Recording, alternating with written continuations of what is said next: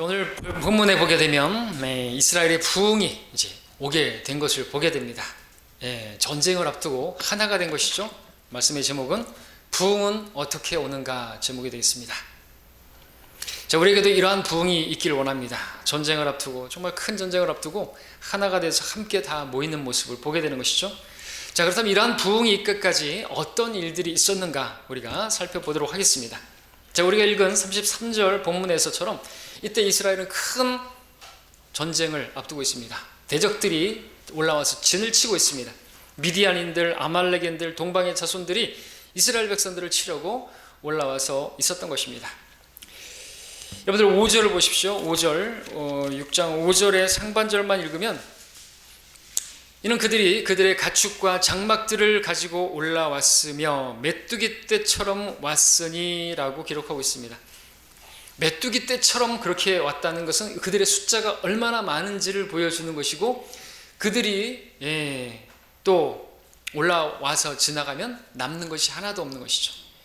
여러분들 메뚜기 떼 재앙 아시죠? 이집트에 내렸던 그 재앙으로 인해서 아무것도 남는 것이 없는 것이, 그처럼 다 먹어치워버리는 그런 상황이 되는 것입니다. 6절에 보시면은 미디안인들 때문에 이스라엘이 매우 가난하게 되어 이스라엘 자손이 죽게 부르짖더라 그랬습니다.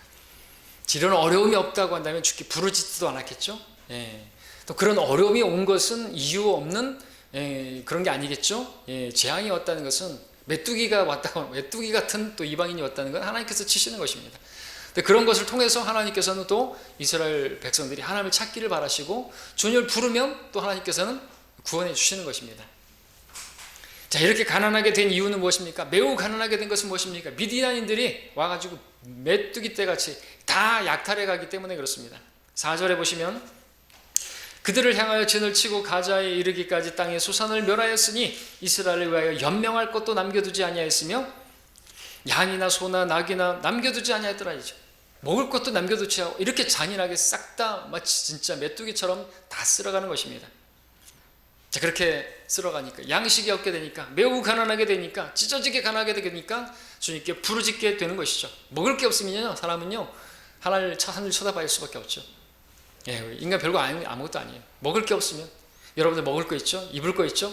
감사하셔야 되는 것입니다. 그 가운데서 여러분들 배 두드리면서 또 여러분들 배를 위해서 살면 안 되는 것입니다. 우리가 얼마나 더 있어야지 감사할 수 있겠습니까? 많은 것이 있으면요, 우리 라우디케아 교회 되는 것이, 나는 부자고 나는 부유하고 아무것도 부정하고, 그게 재앙인 것입니다. 오히려 지금 얻게 된 것이 이들에게 복이죠. 주님을 찾을 수 있다면, 주님을 부를 수 있다면, 주님과 교제할 수 있다면 그것이 복이 아니고 뭐겠습니까? 6절의 하반절에 이스라엘 자손이 주께 부르짖더라 그랬습니다. 다행이죠. 얼마나 다행입니까? 부르짖어야 되죠. 부를 수 있는 이름이 우리에게 있습니다. 불러도 대답 없는 이름이 아니라 부르면 대답하시는 이름이 우리에게 있는 것이에요. 주께서 우리의 기도를 들으시기 원하시는 분이십니다. 자, 이들의 상황을 보면 참으로 억울하고 분하고 원통한 그런 상황이었습니다. 그래서 부르짖었습니다. 부를 수 있는 이름이 있었습니다. 이제 찾은 것입니다. 자, 그런 중에 11절을 보게 되면 이스라엘 백성 가운데 한 사람이 나오게 되는데, 기드온이라는 사람이 나오죠. 주의 천사가 와서 아비에셀인 요아스에 속한 오프라에 있는 상수리 나무 아래 앉았더니 그의 아들 기드온이 미디안인들로부터 숨기려고 포도즙 틀로 밀을 타작하더라 그랬습니다. 이것도 참 비참한 상황입니다. 포도즙 틀로 밀을 타작한다는 것은 이 곡식을 숨기기 위해서 그렇게 은폐하면서 하는 것이, 미디안들에게 빼앗기지 않으려고, 약탈당하지 않으려고 그렇게 하는 것인데, 이스라엘의 처한 상황이 얼마나 참담한가를 단적으로 보여주는 그런 부분이라고 할 수 있겠습니다. 자, 그런데 주님께서 그러한 기드온에게 가시는 것이죠. 이것은 주님께서 이제 이스라엘을 위하신 겁니다. 이스라엘에게 찾아가시는 것이죠. 왜냐하면 그들이 주님을 불렀으니까. 주님 이러신 분입니다. 주님 부르면 주님께서 오셔요. 구하라. 그러면 주님께서 만나 주십니다. 찾으면 해결해 주시는 것이에요. 이 지경이 될 때까지, 그렇게 매우 가난하게 될 때까지, 그렇게 될 때까지 그럴 필요 없었는데, 진작에 무슨 부르지, 견디다 못해 간구할 필요가 없는데, 우리도 그럴 때가 많죠. 아쉽지 않을 때는 하나님 안 찾다가 아쉬우면 막 찾게 되는. 자, 이제 이스라엘을 구원하기 위해서 기드온이라는 사람에게 갑니다. 이것은 기드온이라는 한 사람을 통해서 이제 시작해서 이스라엘의 구원을 일으키시는 하나님의 역사. 하나님께서 이렇게 한 사람을 통해서 이제 부흥이라는 표현을 씁니다. 부흥을 일으키는 그런 역사를 하나님께서는 종종 일으키시는 분이죠. 한 사람을 통해서. 자, 오늘 우리가 여기서 보아야 될 건 뭐냐니까 이렇게 다 모이고 다 하나가 되는 데 있어서 필요한 건 한 사람이라는 것이죠. 이것은 오늘 저나 여러분들에게 하나님께서 말씀하시는 것입니다. 부흥은 다른 누군가에게서 시작되는 게 아니라 나로부터 시작되어야 한다는 것입니다. 이것은 우리 교회도 마찬가지고 여러분 가정도 마찬가지인 것입니다.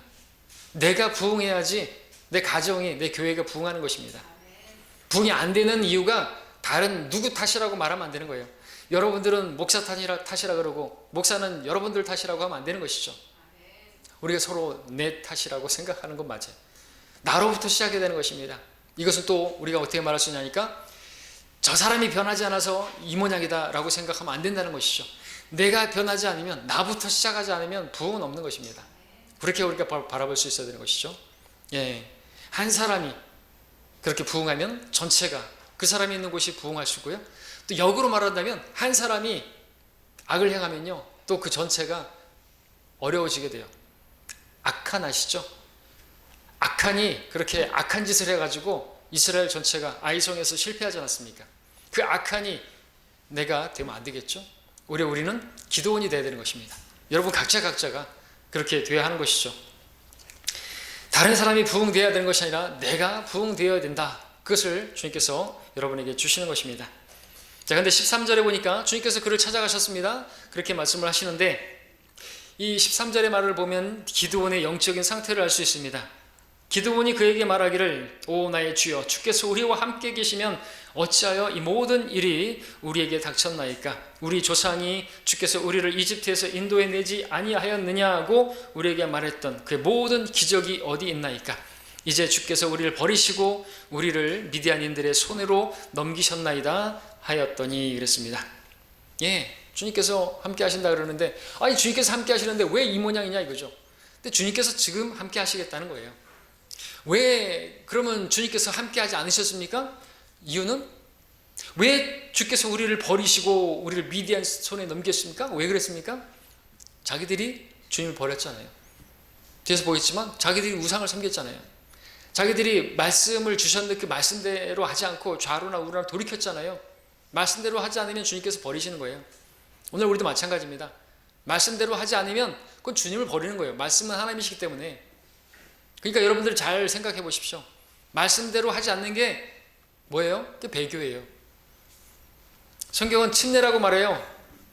세례하면요 하나님께서 버리신 거예요. 하나님께서 그들을 버리신 것이 되는 겁니다. 성경적으로 보면 성경대로 하지 않으면 하나님께서 버리시는 거예요. 왜냐하면 그들이 말씀을 버렸잖아요. 우리가 바른 말씀을 알려주는데 그걸 버리면 그들은 하나님 버린 것이지 하나님께서 그들을 버리신 건 아니죠. 그들이 먼저 하나님 버렸기 때문에 하나님께서 그들을 버리신 것입니다. 우리도 마찬가지입니다. 여러분들이 어떤 어려움을 만났습니까? 여러분들이 말씀을 버렸기 때문에 그래요. 주님을 버렸다는 것이죠. 그럼 주님을 버렸다는 게 뭔지 아십니까? 여러분들이 주님과 말씀으로 교제를 안 했다는 것이에요. 주님과 교제하지 않고 또 주님께서 주신 그 말씀이 있는데 여러분들이 순종하지 않았다는 것이죠. 그건 그 주님을 버린 것입니다. 그래서 어려움을 주시는 것이. 그래서 무엇을 붙들게 하시려고요? 말씀을. 그리고 그 말씀에 순종하는 사람이 되기를. 다른 거 없어요. 주님께서는 여러분들에게 필요한 것은 한 가지다 이거죠. 주님과 교제하는 것이고 또 그 교제를 통해서 여러분들이 순종함을 배우는 것. 그게 우리 하나님의 자녀들이지 않습니까? 우리 자녀들에게 바라는 게 뭐예요? 그거 아닙니까? 순종하는 자녀. 하나님 아버지도 마찬가지라는 것입니다. 자, 지금 기드온의 상태를 보십시오. 근데 그거는 모르고 아주 상태가 상처받은 마음 때문에 원망하고 불평하는 마음으로 가득 차 있습니다. 그럴 만도 하죠. 수학 때마다 양식 남겨놓지 않고 약탈해 가니까 그 원수들 때문에 상처가 이만저만이 아니었겠죠? 그들 앞에 무기력한 자신과 자기네 민족을 보니까 참 참담하고 또 그런 가운데서 하나님께서 아무런 말도 안 하시고 아무런 간섭도 안 하시는 것을 보니까 참 상처받은 마음에 컸을 것입니다. 주님께 대한 원망이 지금 입에서 튀어나오는 것이죠. 어떻게 주님께서 함께 하시는데 내가 주님의 자녀인데 왜 지금 이런 어려움이 있고 지금 포도즙틀로 지금 이거 밀타자가 이게 말이 됩니까? 지금 이런 신세가 됐습니까? 원망이 가득합니다. 예, 우리도 기도원과 같은 상황이 된다 그러면 이렇게 주님께 원망할 수도 있을 것이에요. 불평할 수도 있을 것이에요. 모든 일에 감사 못합니다. 항상 기뻐하라 못합니다. 그 상처 때문에 원망과 불평 그리고 떠오르는 모든 생각들은 그냥 부정적인 생각들일 뿐일 것입니다. 자, 그런데 그럴 때 알아야 할 것이 있습니다. 바로 그러한 상태에 있을 때 여러분들이 알아야 할 것은 그 상태가 바로 육신적인 상태라는 것입니다. 육신 안에 있는 상태예요. 로마서 8장 6절 8절 말씀합니다. 육신적으로 생각하는 것은 사망이나 영적으로 생각하는 것은 생명과 화평이니라. 육신 안에 있는 자들은 하나님을 기쁘시게 할 수 없느니라. 누누이 자주 말씀드리지만 우리는 두 가지 생각할 수 있어요. 육신적인 생각을 할 수 있고 영적인 생각을 할 수 있습니다. 영적인 생각을 하면은 생명이 풍성해지는 내 생명의 풍성함을 누리게 되는데 육신적인 생각을 하면요 사망이 임합니다. 영적 사망이 임하고 실제로 죽을 수도 있어요. 모든 게 부정적입니다. 그러면 진짜 건강에도 안 좋잖아요. 우울증이 올 수도 있습니다. 육신적으로 생각하는 것은 어떻게 하면 그렇게 되죠? 우리가 눈에 보이는 상황과 내 형편과 내 처지만 바라보게 되면 육신의 눈으로 바라보는 대로 생각하면 떠오르는 생각은 다 육신적인 생각인 것입니다. 믿음은 어디다가 언제 필요한 것인가요? 믿음의 눈으로 바라봐야죠. 그 상황에서 왜 이런 일이 벌어지는가를 찾고 내가 이런 가운데서 무엇을 해야 되는가를 생각해야 되고 그렇게 하고 주님을 찾아 나서야 되겠죠. 그러면 아무리 사망과 같은 상황에서도 생명을 풍성하게 누리게 되고 화평도 얻는 것입니다. 영적으로 생각하는 것은 생명이고요 화평인 것입니다. 자, 그렇다면 이제 그런 상태에 있을 때 우리가 육신적인 상태에 있을 때 정말 그런 상태에 있을 때 우리에게 필요한 것이 무엇인가 하면 다른 게 아니죠. 영적인 회복입니다. 영적인 부흥이 필요한 것이죠. 그럼 이제 영적인 부흥을 위해서 나에게 필요한 것이 무엇인가 알아보도록 하죠. 가장 중요한 것은 뭐니 해도 뭐니가 아니라 주님과의 교제입니다. 첫 번째는 자, 오늘 본문에 원망과 상처로 가득한 불평으로 가득한 모든 것이 부정적인 기드온을 주님께서 만나주고 계십니다. 주님께서 기드온을 만나서 말씀을 주셨습니다. 12절을 보겠습니다. 주의 천사가 그에게 나타나서 말하기를 너 힘센 용사여 주께서 너와 함께 계시도다 라고 말씀을 하셨습니다. 예, 이 말씀 때문에 13절에서 그렇게 말을 하긴 했죠. 주님께서 말씀을 주셨지만 아무런 감흥이 없습니다. 주께서 함께 하신다 그래도 어떻게 주께서 나와 함께 하시는지 나는 이해가 안 된다. 왜 이런 일이 벌어졌느냐 이죠. 상처와 원망과 부정적인 생각에 갇혀 있는 아무런 변화가 없는 주님 말씀 앞에 우리도 그럴 수 있어요. 주님께서 말씀을 주셨는데 주께서 나와 함께 하신다. 우리 안에 계시는 그리스도 임마누엘 하나님 많이 들어서 알고 있습니다. 그런데 그것이 내 것이 아닙니다. 내 것이 아닌 것을 어떻게 할 수 있습니까? 내 얼굴에 내 천자를 그리고 있으면 불평하는 것이 있으면 원망하는 것이 있으면 매사가 다 부정적이면 그것은 나는 그 말씀이 내 것이 아닌 것이죠. 주님이 나의 하나님이 아닌 것이에요. 머리에만 있는 것이죠. 내 마음으로 내와라는 것이죠. 자, 그래서 주님께서 14절에서 또 한 번 말씀을 주십니다. 주께서 그를 보시며 말씀하시기를 너는 너의 이 힘으로 가서 미디안인들의 손에서 이스라엘을 구하라. 내가 너를 보내지 아니하였느냐. 자, 그런데 이렇게 주님께서 또 말씀을 두 번째로 주셨을지라도 여전히 기드온은 주님을 바라보지 못하고 있는 것을 보게 되는 것이죠. 15절에 보면 기드온이 자기의 처지를 말합니다. 기드온이 주께 말씀드리기를 오 나의 주여 내가 무엇을 가지고 이스라엘을 구원하리이까. 보소서 나의 집은 므낫세 중에서 가난하고 나는 내 아버지 집에서 가장 작은 자가 아닙니까? 라고 하는 식으로 지금 이 기드온에게서 무엇을 보십니까?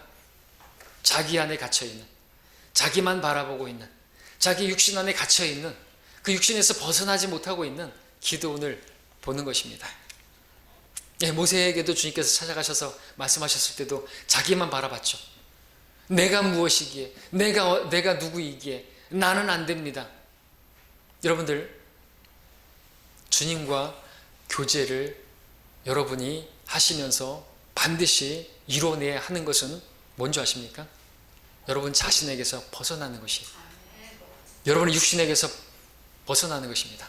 그리스도의 할례로 우리 육신의 죄들의 몸을 벗어버렸다 그랬는데, 그런 할례를 받았다 그러면요, 우린 죽은 자 같은, 우리는 소망 기대할 거 없고요, 주님 안으로 들어가야 되는 것이죠. 육신 안에 있으면요 하나님 기쁘시게 할 수 없습니다. 주님과 교제를 했다고요? 그러면 이 육신에서 벗어나야 되는 거죠. 그리고 주님 안에 거해야 되는 것이죠. 그럴 때 확신이 있고 화평도 있고 내 생명이 윤택해지는 것입니다. 자, 기드온에게 다시 한번 세 번째로 말씀하십니다. 16절에서 주께서 그에게 말씀하시기를 반드시 내가 너와 함께하리니 내가 미디안인들을 한 사람 치듯이 치리라 하시더라. 자, 이렇게 주님께서 세 번, 3세 번, 베드로에게도 3번 말씀하시고 회복시켜 주셨는데, 이렇게 3번째 말씀을 주시자 드디어 기드온도 자기에게서 벗어난 것 같습니다. 그리고 영적인 회복의 길을 걷게 됩니다. 우리도 마찬가지입니다. 주님과 교제를 하면서 주님께서 우리에게 기대하시는 것은 내 육신에게서 벗어나와서 내가 육신 안에 있지만 육신을 따라 행하는 것이 아니라 주님 안에 거하는 것입니다. 육신으로 벗어나는 것이죠. 상처받은 나, 원망하는 나, 모든 일을 부정적으로 바라보는 나로부터 벗어나서 주님 안에 들어가야 하는 것입니다. 주님 안에 거해야 하는 것입니다. 왜 그래야 합니까? 주님 안에 거할 때만이 확신이 있기 때문에 그렇습니다. 담대함이 있을 수가 있기 때문에 그렇습니다. 화평이 있을 수 있기 때문에 그렇습니다. 12절에서 주님께서 기드온에게 말씀하셨습니다. 너 힘센 용사여 라고 말씀하셨습니다. 무슨 뜻입니까? 힘은 어디 있죠? 주님께 있죠. 주는 나의 힘이시오. 주님이 함께 하시면요 소수라도 다수고요, 한 사람이라도요 다수인 것입니다. 그들이 아무리 다수라도요 한 사람을 치듯이 쳐버릴 수가 있는 것이에요. 왜? 주님이 나와 함께 하시기 때문에. 어떻게 바라볼 수 있어요? 믿음의 눈으로 바라볼 수 있어야죠. 14절에서도 말씀하셨죠. 너는 너의 이 힘으로 가서 미디안인들의 손에서 이스라엘을 구하라 그랬습니다. 힘, 너는 너의 힘으로가 아니라 너는 너의 이 힘으로 그랬으니까, 이 힘은요, 힘은 파워. 성령께서 너에게 임하시리니 너가 능력을 받으리니, 능력, 파워. 주의 영이 기드온에게 임하시니, 주의 영을 말하는 거죠. 하나님의 힘으로 가는 것입니다. 하나님께서 함께 하시는 것이죠. 그러면 16절에서처럼 그렇게 미디안인들을 한 사람 치듯이 아무런 어려움 없이 그렇게 칠 수가 있게 되는 것이죠. 기드온이 뭐가 데 그렇게 할 수가 있겠습니까? 주님께서 함께 하시겠다는 거예요. 주님의 힘으로, 주님의 이름으로 가라는 것이거든요. 주님 안에서만이 승리가 있기 때문에, 그가 육신 안에서 나와서 주님 안에 거하게 되면 승리는 따놓은 당상이 되는 것입니다. 내 생각에 갇혀 있을 때, 내 감정에 사로잡혀 있을 때 모든 것이 암담하고 부정적입니다. 그러나 우리가 주님 안으로 들어오게 되면 주님께서 하실 수 있다는 확신을 가지게 될 수가 있습니다.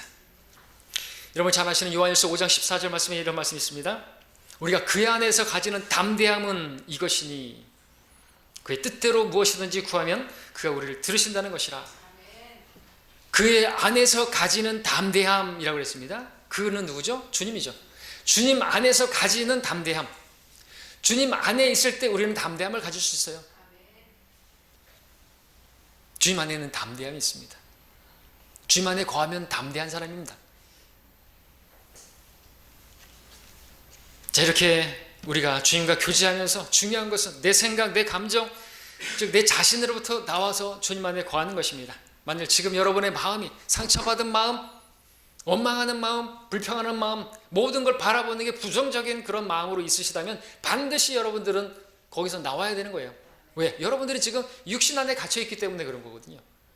육신 안에 있으면 그냥 다 싫어요. 다 싫어. 아무것도 다 싫어요. 부정적으로 느껴질 수밖에 없습니다. 아무것도 안 돼요. 아무것도.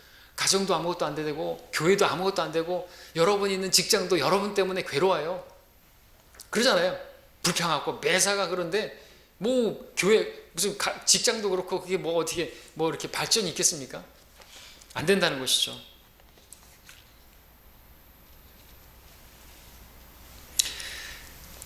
거기서 나와서 주님 안에 거하여야 합니다. 그러면 확신을 주시고 화평도 주십니다. 6장 23절 24절 보겠습니다. 23절 24절에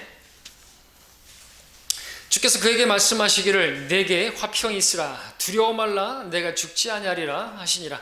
그때 기드온이 거기서 주께 제단을 쌓고 그것을 여호와 샬롬이라 하였더니 그것이 오늘에 이르기까지 아비에셀인의 속에 속한 오프라에 있더라 말씀하셨습니다. 자, 그 내용 다 읽진 않지만 여러분들 주님께서 기드온을 만나셨고 또 그랬을 때 주님께서 그에게 화평이 있으라 말씀하셨습니다. 이 화평 주님 만나기 전에는 분명히 말할 수 있지만 없었습니다. 그는 두려워하고 있었습니다. 원망하고 있었습니다. 불평하고 있었습니다. 주님께 대한 원망도 있었습니다. 그런 것들이 다 사라지게 되는 것입니다. 두려움도 사라지게 되고 화평이 임하게 되고 확신이 임하게 되는 것입니다. 주님께서 우리가 육신 안에 갇혀서 이렇게 원망과 상처와 부정적인 생각 가운데 염려하고 불평하고 그렇게 고통하는 걸 원치 않으십니다. 벗어나서 확신과 화평 가운데 거하기를 원하십니다. 기드온이 세 번째 말씀을 통해서 확신을 얻게 되고 화평을 얻게 된 것처럼 오늘 여러분들도 주님 안에 거하심으로 말미암아 여러분들 확신을 가지시고 담대하시고 화평을 얻으시길 바랍니다. 그러므로 그러한 주님께 나가시길 바랍니다. 여러분에게 회복을 주시려는 그 말씀을 여러분들 들으시고 그렇게 여러분의 주님께 여러분의 혼을 의탁할 때 주님께서 화평도 주시고 회복시켜 주시는 것입니다. 자, 여기서 영적인 회복을 위해서 또 한 가지가 또 남아 있는데 난 주님과 교제하는데 그런 화평과 그러한 담대함과 이런 것이 없던데요. 자, 하나 더 있습니다. 해결해야 될 한 가지가 더 있습니다. 이것은 주님과 교제를 위해서 진짜 온전한 연합을 위해서 필요한 것입니다. 그것은 순종입니다. 두 번째 6장 25절 26절을 보십시오. 그렇게 주님 만나고 그렇게 화평을 얻었지만 주님께서 하신 말씀, 이 말씀에 순종하여 없다면 안 되겠죠. 25절 26절 그날 밤 주께서 기드온에게 말씀하시기를 내 아비의 어린 수송아지 즉 7년 된 둘째 송아지를 취하여 내 아비가 가지고 있는 바알의 제단을 헐고 그 곁에 있는 아세라를 베어내고 그 반석 위 내가 명령한 곳에 주 너의 하나님을 위하여 제단을 쌓고 그 둘째 수소를 취하여 내가 베어낼 아세라의 나무를 가지고 번제의 희생을 드릴지니라 하시더라 그랬습니다. 자, 이 때문에 그렇게 주님께서 심판하신 것이죠. 이방인들을 통해서 그 메뚜기 떼와 같이 그렇게 올라오게 하시고 그렇게 가난하게 만드시고 하신 것입니다. 무엇 때문에요? 우상 숭배. 하나님은 질투하시는 분이십니다. 기드온의 집에 오랫동안 들어와 있는 바알의 제단, 아세라들, 죄가 들어와 있는 것이에요. 그 죄를 제거하라는 것이죠. 주님은 기드온에게 그것을 제거하라고 말씀하셨습니다. 그러나 기드온이 그것을 제거한다는 건 물론 쉽지만은 않을 것입니다. 그 우상들은 기드온의 아버지가 들여놓은 것이기 때문에 그렇죠. 그 아버지가 그것들을 얼마나 애지중지했겠습니까? 우상인데. 여기 아세라, 작은 숲을 말하죠. 여러분들 천주교의 그 마리아상 그 주변의 작은 숲을 보시죠. 묘지들의 그 무덤을 중심으로 둘러싼 작은 숲을 보시죠. 다 아세라입니다. 만약에 그것을 다 뽑아다가 베어다가 번제를 드리는 거니까 태우는 것인데 제사를 지내는데 그걸 땔감으로 쓴다. 그래야 된다고 주님 말씀하시는데 그게 쉽지만 않은 것이죠. 그 일을 기드온이 할 때 아버지로부터 또 집안 식구들로부터 그리고 성읍의 사람들로부터 위협을 받을 수 있고 협박을 당할 수도 있고 심지어 죽임을 당할 수도 있는 것입니다. 그러나 27절을 보게 되면 주님과의 교제를 통해서 담대함을 얻게 된 화평을 얻게 된 기드온이 주의 말씀에 순종하는 것을 보게 되는 것입니다. 그러자 기드온이 그 종 10명을 데리고 주께서 그에게 말씀하신 대로 행하였으되 여기까지만 읽고 다시 보겠습니다. 마찬가지입니다. 우리가 주님과 교제할 때 주님께서 우리에게 말씀하시는 것이 있으면요 거기서 순종하는 게 필요한 것입니다. 그것이 어려워 보일지라도 그것이 두려운 일이라 할지라도 믿음으로 순종해야 하는 것입니다. 왜냐하면 그것이 주님과 우리 사이를 가로막고 있는 장애물이기 때문에 그렇습니다. 여러분 분명히 주님과 교제하면 주님께서 여러분들에게 제거하라고 하시는 것이 있을 것이에요. 버리라고 하시는 것이 있을 것입니다. 그리고 그것을 버려야 돼요. 그게 주님과 교제죠. 그것은 주님과 나 사이를 막고 있는 것입니다. 그것 때문에 주님과 교제가 안 되고 있는데 주님과 교제하면 뭐 할 거예요? 말씀을 읽으면 뭐 할 거예요? 버릴 걸 버리지 않으면 그건 주님과 교제가 이루어지지 않는 것이에요. 그럼 그 가운데서 내가 뭘 구한다고 해도 하나님께서 응답해 주실 수가 없어요. 왜? 하나님과 나 사이가 그것이 맞고 있기 때문에 하나님은 불러도 대답 없는 이름이 되는 것입니다. 버려야 돼요. 버려야 돼. 내려놔야 돼요. 내려놔야 돼. 내려놓는 게 두려울지라도, 그렇게 하는 것이 무서울지라도 해야 한다는 것이죠. 기드온에게도 두려움이 있었습니다. 그래서 27절의 하반절을 보니까 그렇게 행하였는데 그가 그것을 낮에 하지 못하고 밤에 행하였으니 이는 그가 자기 아비와 가족과 성읍 사람들을 두려워했기 때문이라 그랬습니다. 우리도 주님께서 우리에게 말씀을 주셨을 때 그것을 내려놓아야 하는 것이 두려울 수 있어요. 내려놓으라고 하시는 것이 있어요. 그것이 사람이든 어떤 일이든 그걸 내려놓는다는 것이 두려울 수 있습니다. 그 내려놓으면 어떡합니까? 잘못되면 어떡합니까? 내가 그걸 어떻게 포기합니까? 그래도 내려놓는 게 주님을 믿는 것이잖아요. 그걸 버리면, 내가 그걸 내려놓으면 나에게 즐거움이 없다고 말할지라도 내려놔야 하는 것입니다.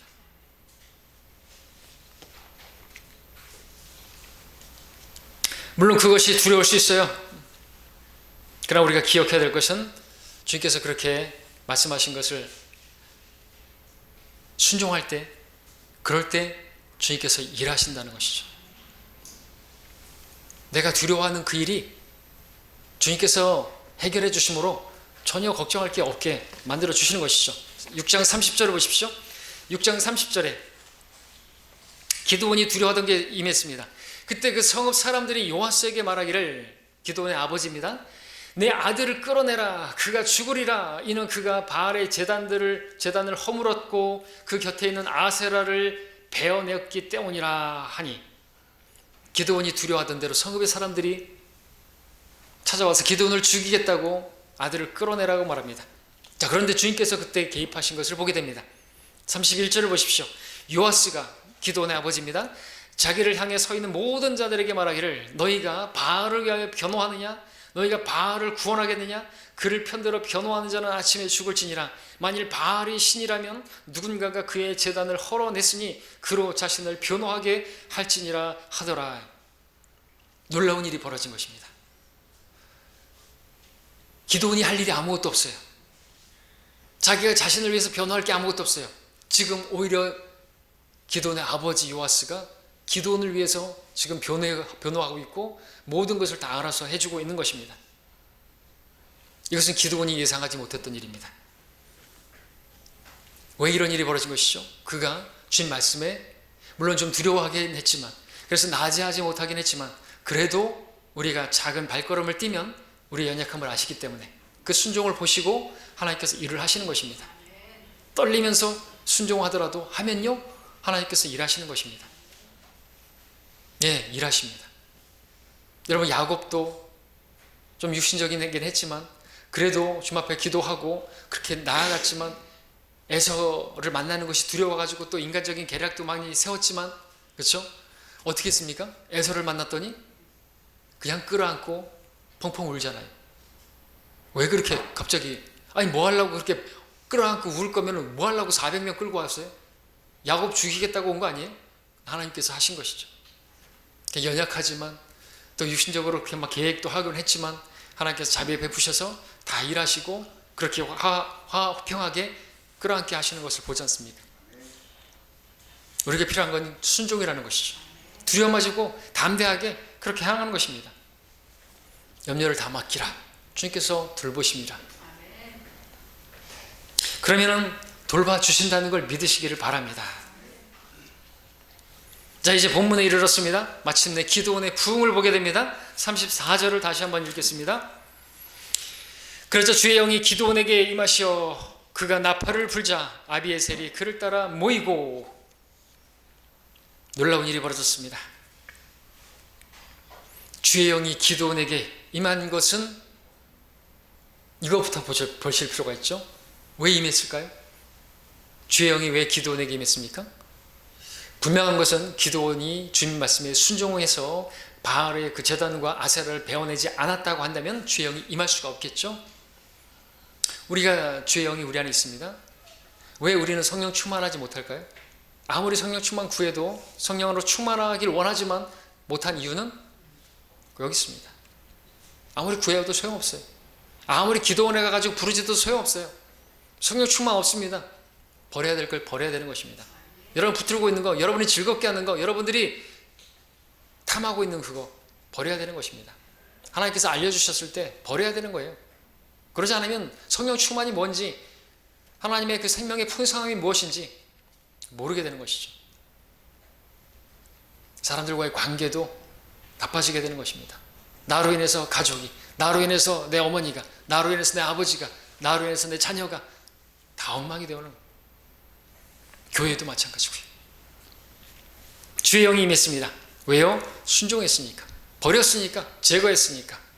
그러니까 어떻게 돼요? 더욱더 담대하게 되죠. 그러니까 또 어떻게 돼요? 놀라운 일이 벌어졌습니다.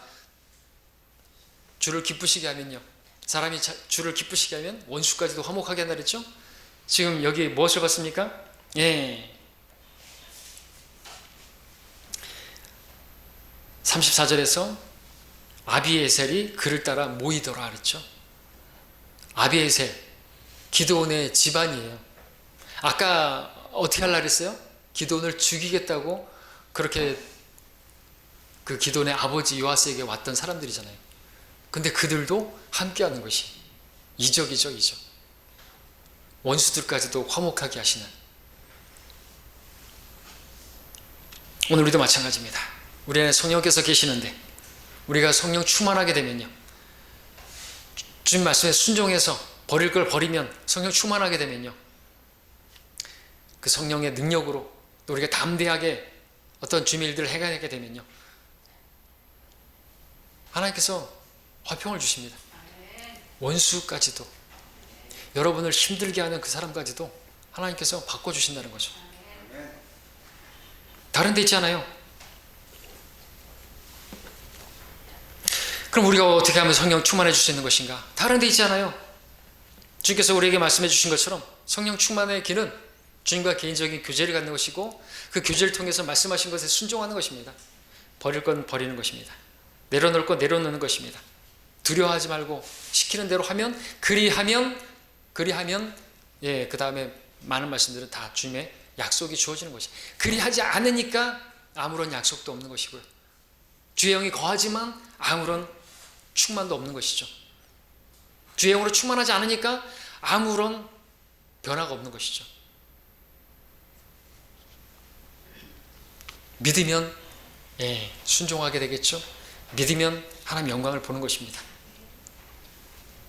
자, 이제 기드온이 주의 영 임해서 어떻게 결과가 있습니까? 33절에서 봤던 것처럼 이때 이때 상황은 33절 우리가 본문에서 봤던 것처럼 미디안인들, 아말렉인들, 동방의 자손들이 메뚜기같이 올라와 있는 상황입니다. 자, 그런 상황인데, 그러면 예전에 기드온과 같았으면은 모든 게 부정적이고 원망과 불평했다면은 정말 실신할 정도가 되겠죠. 이거는 죽었다 생각하겠죠. 그러나 기드온의 모습은 어떤 모습입니까? 나팔을 붑니다. 나팔을 분다는 게 뭐죠? 얼마나 담대한가 보여주죠. 이건 승리의 나팔이나 마찬가지예요. 지금 아무것도 된 거 없는데 나팔을 부는 것입니다. 주의 영이 임하니까 담대함을 가지고 나팔을 붑니다. 승리는 따놓은 당상인 것이죠. 34절에서 예, 그가 나팔을 불자. 어떤 일이 벌어졌습니까? 또 이어진 34절에서 아비에셀이 그를 따라 모였다 그랬죠. 그리고 또 그러니까 이 아비에셀 그 사람들도 담대함을 가지게 되고 모이게 된 거예요. 그리고 또 그 기드온의 집안이, 그러니까 기드온의 부흥이 기드온 집안의 부흥으로, 그리고 35절에 보니까 기드온이 사자들을 온 므낫세에 두루 보내니 그들도 그를 따라 모였고 그가 사자들을 아셀과 스불론과 납탈리에 보냈더니 그들도 올라와서 이들을 맞으니라 그랬습니다.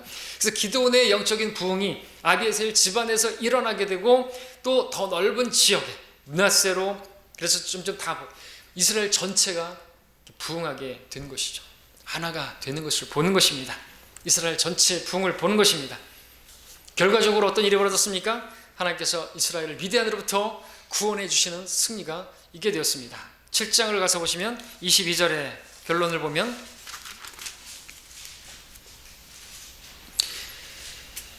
7장 22절에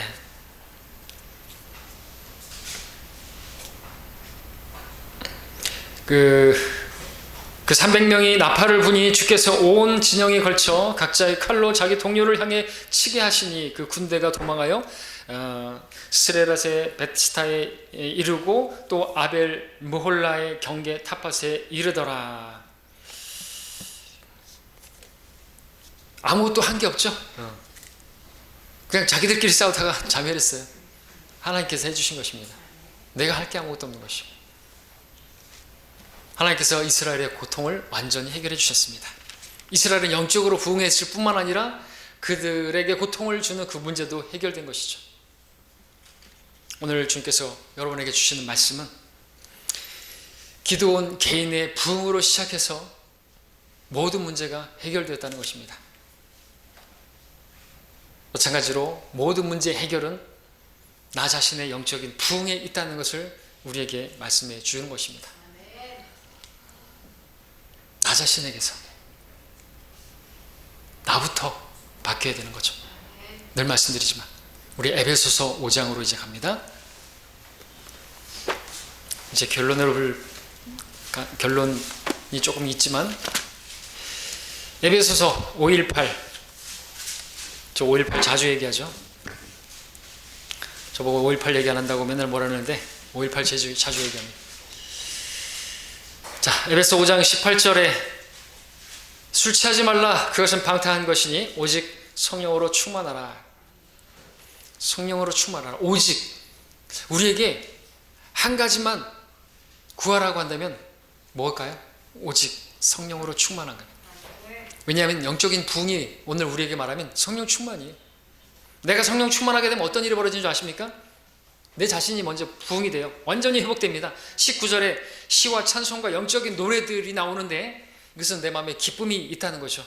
20절에 항상 모든 일에 우리 주 예수 그리스도의 이름으로 하나님 곧 아버지께 감사를 드리며, 모든 일에 감사를 드리는, 모든 일에 감사, 불평 원망이 아니라, 부정적인 게 아니라, 21절에서 하나님을 두려움으로 서로 복종하라.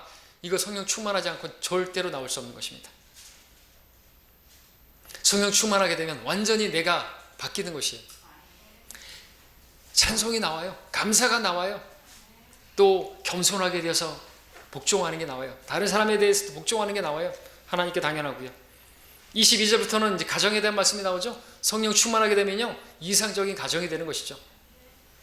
22절에서 아내들에게 말하죠. 남편에게 복종하라. 성령 충만하지 않고 남편에게 복종 안 돼요.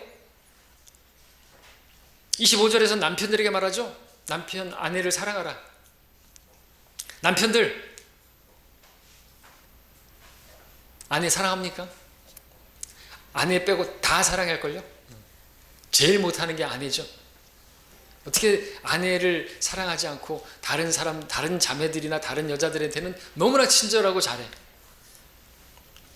그는 성령 충만과 전혀 상관없는 것입니다. 성령 충만하지 않고서는요, 저도 마찬가지입니다. 아내 사랑 못합니다. 에베소 6장으로 넘어가서 1절부터 4절까지는 부모와 자녀와의 관계가 나오죠. 성령 충만한 사람은요, 부모와 자녀 관계에 있어서도 아주 이상적인 관계가 형성이 됩니다. 부모, 자녀들은 부모에게 복종하고요. 그리고 5절부터 9절까지는 이제 직장에서 말씀이죠. 직장에서도 필요한 것은 성령 충만인 것입니다.